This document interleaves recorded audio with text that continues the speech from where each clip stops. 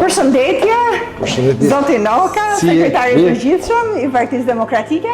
Kjo është zyra e sekretarit përgjithshëm i Partisë Demokratike. Flamur, ne po bëjmë një tur të selisë së Partisë Demokratike për t'ju treguar edhe demokratëve, por edhe qytetarëve se çfarë ndodh këtu. Sepse mirë është që jemi sa më të hapur, sa më transparent. Shumë mirë, patjetër, transparencë dhe punojmë. Dhe kuriozitet. Njerëzit duan ta dinë se çfarë ndodh, por unë e kam parë edhe si një lloj motivimi për ata të rinj që duan ta shikojnë se si është një parti politike dhe se si është politika. Ti çfarë mesazhi do jepje për këta të rinj që po e mendojnë të përfshihen politike dhe pse kohët nuk janë shumë të thjeshta? Politika, po një njeri që do në vendin e vet, është forma më mirë e angazhimit dhe kontributit për këtë vend. Sigurisht, kur e thash e don popullin e vet, politikanit dhe vendin e vet. Po. Mënyra më e mirë për të shërbyer dhe për të kontribuar është angazhimi politik. Në çdo fushë tjetër, individi realizohet vetë si person në biznes apo në profesione të ndryshme, por nuk mund të jesh kontributor i dukshëm apo kontributor me peshë dhe me rëndësi në shoqëri. Po.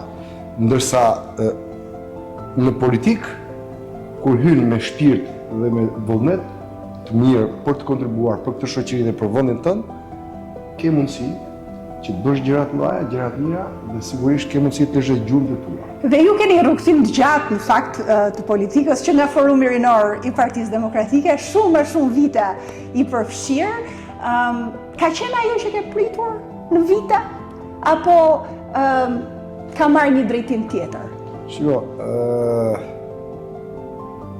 kur kemi nisë fillimet tona, unë kam qenë student. Sepse i përkas asaj gjeneratet të studentëve të 90-s, peripecit e asaj kohë, isha student mjekësie, shumë veta më kanë thënë pse e le mjekësi dhe angazhohem në politikë. Pikërisht për këtë arsye. E shikoja vendin tim që po kalonte situata të vështira. Dhe gjithmonë doja të isha pjesë e një kontributi madhor të shoqërisë. Për ta ndryshuar, për ta zhvilluar këtë vend. Atë kohë ne kishim Shqipëria si gjithë Europa kishim paruar në gjithë gjenerata jonë, këtë kishte ëndrrën europiane të lirisë dhe të demokracisë. Kontribuam pafund në këtë drejtim. Je krenar për këtë kontribut? Çfarë ka bërë kjo forcë politike dhe ne që kemi qenë antarë të kësaj force politike, absolutisht jam krenar. Pse? Është Partia Demokratike që përmbysi regjimin, një diktaturë nga më të egrat. Kjo besoj që bën çdo demokrat krenar, dhe sigurisht ne që kemi qenë kontribuos në këtë. Partia Demokratike antarësoi Shqipërinë në Këshillin e Evropës, në OSBE. Po. Antarësoi Shqipërinë në NATO. Partia Demokratike, qeverisja e saj liberalizoi vizat shqiptarëve. Pra, ka kontribut madhor dhe për këtë arsye çdo demokrat duhet të jetë krenar. A i ka Partia Demokratike dyert të hapura për njerëz që vinë dhe duan të përfshihen, sepse kanë edhe atë ndoshta dyshimin që politika është fusha ashpër, fushë vështirë dhe dyert tona nuk do të hapen asnjëherë plotësisht, sepse ka disa teori edhe tilla që jakta që janë prej kohësh nuk e lëshojnë vendin kollaj dhe nuk na japin ne hapësirë. Çfarë mesazhi do kishe për këta njerëz? Partia Demokratike ka qenë është vetëm forcë politike që ka qenë e hapur gjithmonë. Pra, për te asaj që sot regjimi me propagandë përpiqet të shes, realiteti ky ka qenë për Pra kushdo është i mirëpritur? I mirëpritur çdo kush që kërkon të kontribuojë dhe e gjen veten sot në këto rrethana dhe kushte që jemi kundërshtar me këtë regjim që po rënon, shkatron këtë vend. Absolutisht, këtu janë mirëpritur të rinjt, vazhdimisht, energjia e tyre dhe mirëpritet. Këtu janë mirëpritur çdo kush që dhe mirëpritje çdo kush që kërkon të kontribuojë për ta ndryshuar këtë vend dhe për të ecur përpara. Sa e vështirë ka qenë kjo rrugë politike e jotja dhe sa e vështirë do ishte për dikë që përfshihet në politikë tani në këtë moment? Që politika, Floriana, është në kushtet e Shqipërisë tashmë është sport i vështirë. Të rreshtohesh në opozitë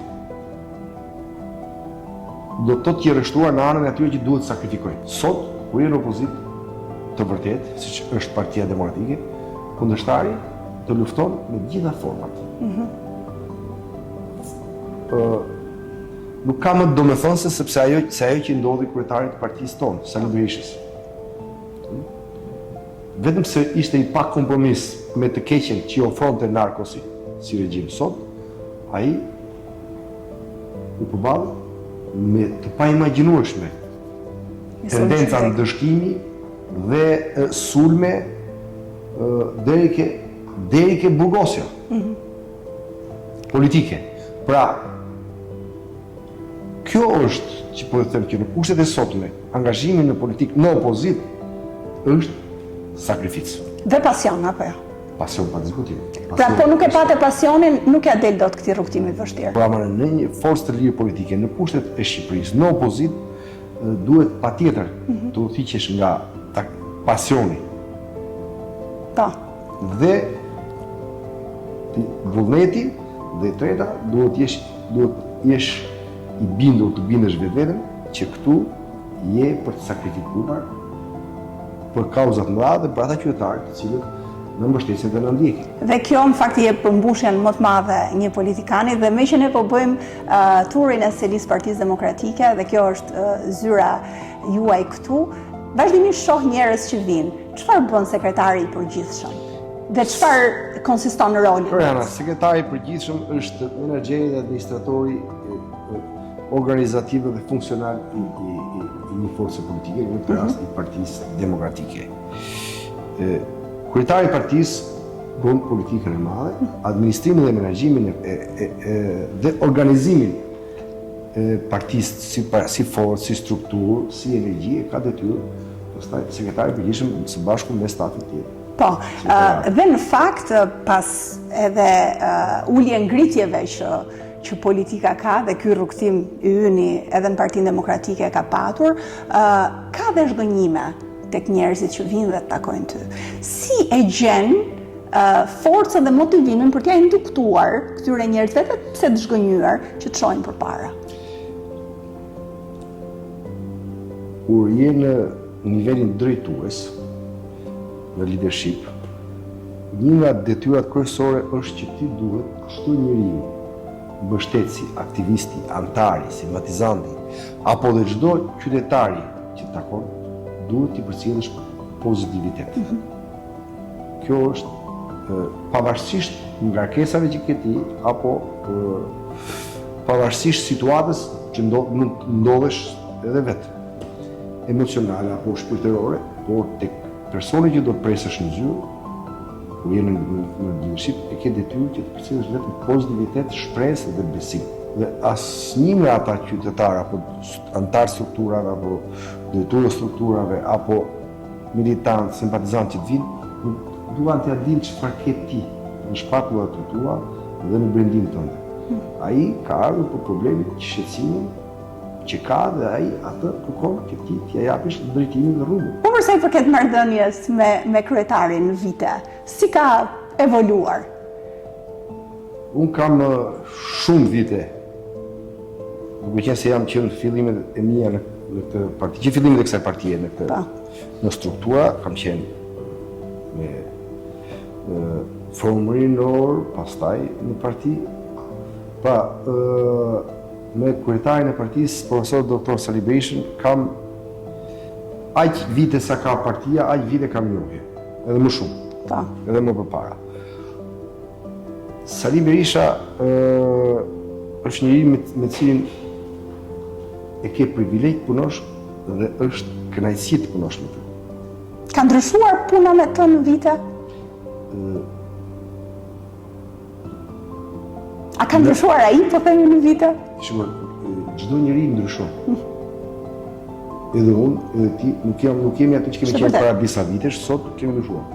Por tek Sali Berisha një gjë nuk ka ndryshuar dhe nuk ndryshon kurrë. Fisnikëria dhe lizëriku që ai ka në marrëdhënie me bashkëpunëtorët, me stafin dhe me çdo demokrat. Mos e njerëzore, edhe pse jenë marrëdhëniet e prorëvartës, një marrëdhënie e cila të motivon që ti të vazhdosh punën më shumë. Ky është Sali Berisha. Ky është Sali Berisha. Po të më thonin mua a do të punoja me Edi Ramën, nuk do të punoja as në sekondë. Pse? Sepse Sali Berisha edhe portieri e selis, edhe çdo punonjës në këtë seli e trajton si të ishte njëri shumë i rëndësishëm. Njëri jashtëzakonisht shumë i rëndësishëm. Pra këtë ka dhe është, po ju them, është lideri i vetëm i një force politike që ka këto cilësi dhe që të bën të ndihesh krenar dhe i lumtur që punon me të. Dhe mendoj që koha e gjatë e bashkëpunimit tregon shumë për çdo lloj bashkëpunimi që kanë dy palë ose dy persona, por unë të falenderoj për këtë bisedë që ndoshta është pak jashtë kornizave politike të ashpra që jemi mësuar që t'i shohim politikanët tanë, por që në fakt disa gjëra janë ndryshe nga sa duken. Floriana, të falenderoj unë shumë për këtë gjë. Kjo është një edhe papritur. Spontanisht. Nuk e dija kur më njoftoi sekretarja që është Floriana, mendova se ka ardhur për çështje pune. Dhe para të falenderoj shumë, është një gjë është kemi nxjerrë pa një gjë që s'ka të bëjë me politikën, por ka të bëjë më shumë me njerëzore në këtë forcë politike dhe kjo më vjen mirë, më gëzon. Falenderoj shumë. Në fakt politika është dhe njerëzore dhe duhet jetë sa më njerëzore, mendoj.